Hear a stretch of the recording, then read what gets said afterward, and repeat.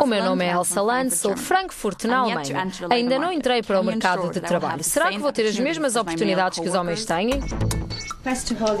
Antes de mais, a boa notícia é que tem a lei do seu lado. Nos últimos 40 anos, a União Europeia tem implementado diretivas, normas obrigatórias em todos os países, no sentido de garantir a igualdade entre mulheres e homens no acesso ao mercado de trabalho, nas condições laborais, em termos de salários e, mais recentemente, em termos de proteção contra o assédio no local de trabalho, incluindo o sexual.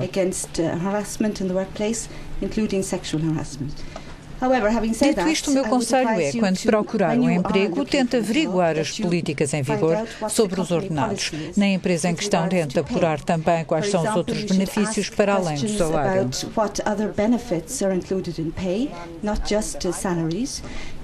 Deve perguntar igualmente sobre as políticas de conciliação, porque, como jovem mulher, tem de ter a consciência de que é uma trabalhadora que pode eventualmente engravidar e que, embora a lei a proteja, lhe convém saber quais são exatamente os seus direitos na empresa.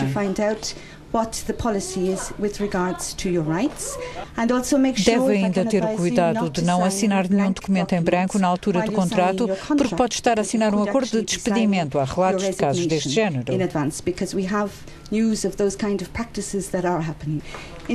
No que respeita às promoções ou à possibilidade de acontecerem, o meu conselho é que olhe para a estrutura da empresa, onde estão as mulheres em cargos decisivos, e isso significa que também pode lá chegar. Em termos de sindicatos, deve apurar se existe um e inscrever-se, porque assim os seus direitos também ficam salvaguardados por essa via.